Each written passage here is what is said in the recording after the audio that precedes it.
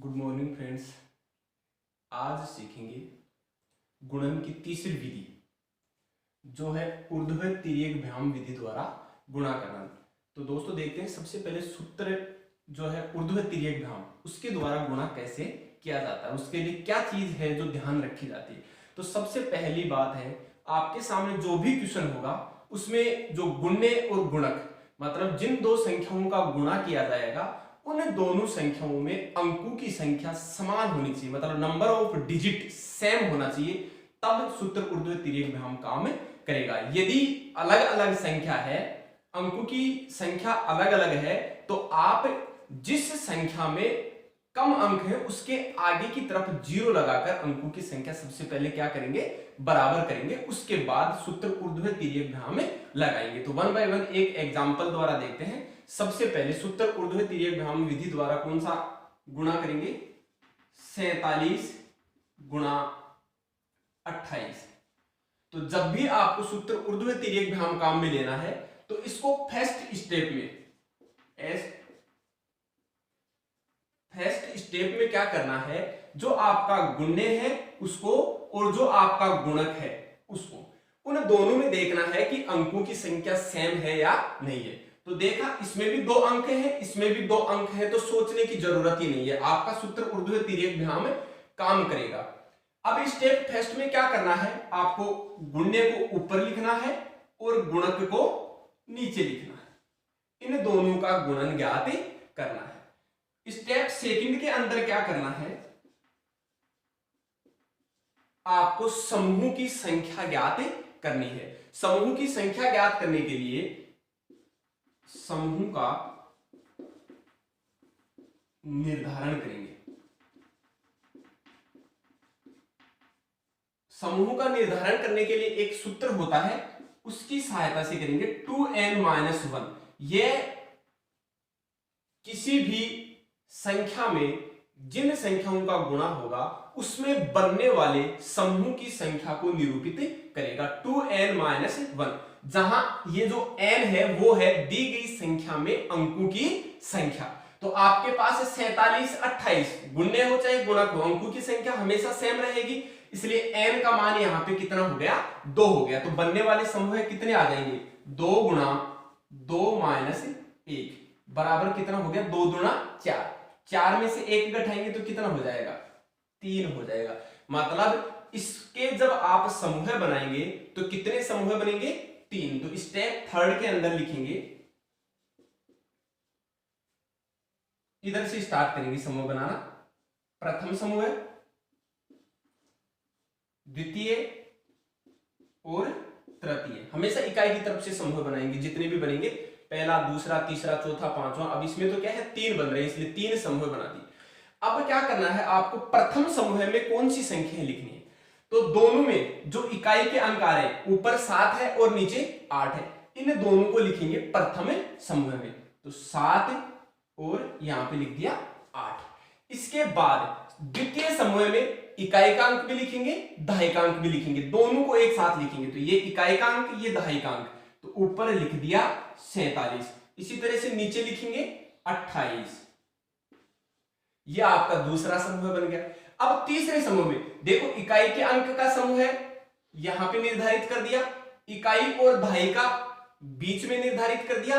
अब क्या करेंगे, इकाई जैसे संख्या एंड हो जाएगी तो इकाई की तरफ से एक एक कॉलम को छोड़ना प्रारंभ कर देंगे। तो पहले कॉलम को क्या करेंगे, छोड़ देंगे, जो बचा हुआ है 4 2 इसको लिख देंगे तीसरा समूह। इस तरह से आपके 3 समूह बनेंगे। इसके बाद आपको क्या करना है, एक इस तरह से लाइन खींच देनी है। 3 समूह बने तो 3 स्लेश खींच दो, 3 ओब्लिक खींच दो, इस तरह से। अब क्या करना है, सबसे दाईं तरफ जो आपके पास दे रखा है 7 और 8, इनको आपस में गुणा करना है। 7 गुणा 8, 7 को 8 से गुणा करेंगे तो कितना हो जाएगा, 8 7 56 हो जाएगा। इसी तरह से जो बीच में संख्या दे रखी है उनका तिरछा गुणा करना है और उनको आपस में जोड़ देना है। 8 चौके 32 और 7 दूनी 14, 32 और 14 हो गया 46। ठीक है। अब आगे तीसरा समूह है, एक लाइन बची है, एक कॉलम है तो इसको भी आपस में क्या कर देंगे, गुणा कर देंगे। तो ये कितना हो गया, 4 दूनी 8 हो गया। इस तरह से आप क्या कर लोगे, हल कर लोगे। अब क्या करेंगे, स्टेप 4 के अंदर यहां पे केवल एक अंक रखेंगे, इकाई का अंक 56, 56 में एक अंक रखेंगे तो कितना आएगा 6, यहां से 5 क्या हो जाएगा, कैरी आ जाएगा, तो +5 कर देंगे। 46 और 5 कितना हो गया 51, 51 का कितना लिखेंगे 1 लिखेंगे, फिर यहां से 5 कैरी आ जाएगा, तो 8 और 5 कितना हो गया 13 हो गया। तो ये आ गया आपका आंसर 1316। इस तरह से करेंगे सूत्र ऊर्ध्व तिर्यक भ्याम विधि द्वारा गुणा करना। अब आगे देखते हैं नेक्स्ट एग्जांपल। यदि आपके पास 3 डिजिट आ जाए,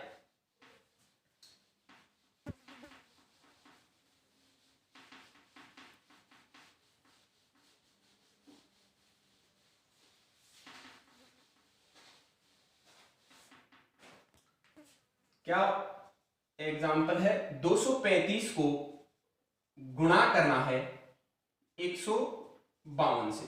तो वो सबसे पहले स्टेप फर्स्ट के अंदर क्या करेंगे, जो आपको गुणने और गुणक दिया गया है उन दोनों में देखेंगे कि अंकों की संख्या सेम है या नहीं है। यदि सेम है तो आपको सोचने की जरूरत नहीं है, अगली स्टेप में बढ़ जाएंगे। और यदि सेम है, सेम नहीं है, तो सेम बनाने के लिए क्या करेंगे, आगे की तरफ 0 लगा के दोनों में अंकों की संख्या बराबर करेंगे। यहां पे दोनों में आपके पास 3 अंक है, अंकों की संख्या सेम है, तो अगली स्टेप लिखेंगे सबसे पहले स्टेप फर्स्ट। इसमें क्या करेंगे, गुणने को ऊपर लिखेंगे 235 और गुणक को नीचे लिखेंगे 152।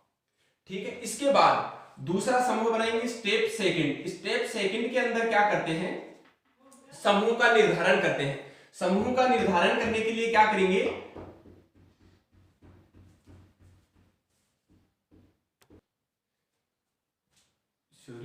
अब क्या करेंगे स्टेप सेकंड। स्टेप सेकंड के अंदर आपको वही समूह का निर्धारण करना है। समूह का निर्धारण करने के लिए सूत्र काम में लेंगे 2n-1। यहां पे n होती है डिजिट की संख्या। कितनी डिजिट है, 1 2 3, तो n का मान हो जाएगा 3, तो 2 गुणा 3 माइनस 1, 2 3 6, 6 में से 1 घटाएंगे तो 5। कहने का मतलब है इसमें कितने समूह बनेंगे, 5। तो स्टेप थर्ड में 5 समूह लिखेंगे। स्टेप थर्ड 5 समूह का निर्धारण करेंगे, तो इधर से करेंगे फर्स्ट, सेकंड, थर्ड, फोर्थ और फिफ्थ। इस तरह से 500 समूह बना लेंगे। अब देखो 5 समूह को यहां पे संख्या कैसे लिखेंगे। सबसे पहले पहला कॉलम लिखेंगे 5 2, इकाई के अंकों का समूह। फिर क्या करेंगे, इकाई और दहाई के अंकों का समूह लिखेंगे, तो 3 5 5 2, 3 5 5 2। उसके बाद क्या करेंगे, इकाई दहाई और सैकड़ा, क्योंकि 3 अंक है यहाँ पे, तो तीनों अंकों को एक साथ लिखेंगे, तो 2 3 5, फिर 1 5 2। इसके बाद आपकी जो दी गई संख्या है वो कंप्लीट होगी, तो इकाई की तरफ से एक एक कॉलम को छोड़ना प्रारंभ कर देंगे। इसको छोड़ देंगे, इसको छोड़ देंगे तो आपके पास क्या बच गया 23 और 15। इसको लिख देंगे यहां पे 23 और 15। इसके बाद इकाई और दहाई दोनों को छोड़ देंगे तो आपके सामने बच गया 2 1, तो ये हो गया 2 और 1। अब क्या करेंगे, इस तरह से लाइन खींच देंगे। जब आपके पास 1 1 है तो इन दोनों को आपस में क्या करना होता है, गुणा करना होता है। इस तरीके से 5 से क्या खींच देंगे, स्लैश खींच देंगे। इसमें क्या करेंगे, सबसे पहले समूह में 5 का 2 से गुणा किया, 5 दूनी 10। इनका क्या करना होता है, तिरछा गुणा करके जोड़ना होता है, तो 2 3 6 और 5 पंजे 25, 25 और 6 कितना हो गया 31। यहां पे आ जाएगा 31। इसके बाद यहां देखो, यहां जो प्रारंभिक संख्या है उस प्रारंभिक अंक को ऊपर वाले प्रारंभिक अंक से गुणा करते हैं, ऐसे तिरछा, और यहाँ पे इस अंक को इससे, और जो बीच में है उन दोनों को आपस में गुणा किया जाता है और इन तीनों को फिर ऐड कर देते हैं। तो देखते हैं 1 बाय 1। 2 का गुणा करेंगे 2 से, 2 दूनी 4, 1 का गुणा करेंगे 5 से, 5 एकम 5, 5 और 4 कितना हो गया 9, 9 और 5 3 15, 15 और 9 कितना हो गया 24 हो गया। तो यहां बीच में कितना आएगा 24 आएगा। इसी तरह से यहां पे क्या करेंगे, तिरछा गुणा करेंगे, इन दोनों का गुणा आपस में, 2 पंजे 10, 10 और 3 एकम 3, कितना हो गया 13, इनको आपस में गुणा कर देंगे, 2 एकम 2। अब क्या करेंगे, स्टेप 4 के अंदर हल करेंगे इनको। यहां पे 10 है, 10 में केवल एक अंक लिखेंगे, तो यहां से क्या आ जाएगा, 10 का 0 और 1 क्या हो जाएगा, कैरी आ जाएगा। 31 और 1 कितना हो गया 32, 32 का 2 आ जाएगा और यहां पे कैरी कितना आ जाएगा 3 आ जाएगा।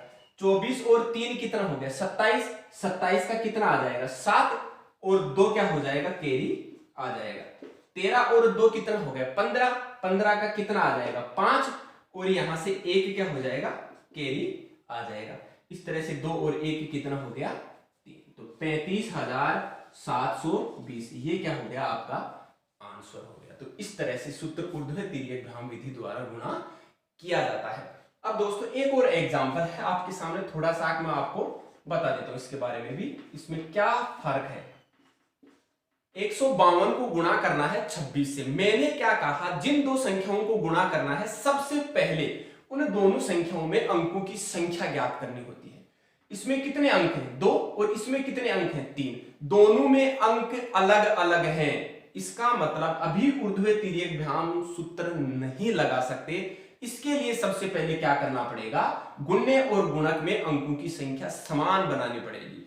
तो इसमें से तो अंक कम कर नहीं सकते क्योंकि संख्या बदल जाएगी, लेकिन इसके पहले हम क्या कर सकते हैं, 0 लगा सकते हैं क्योंकि उससे संख्या के मान में कोई परिवर्तन नहीं होगा।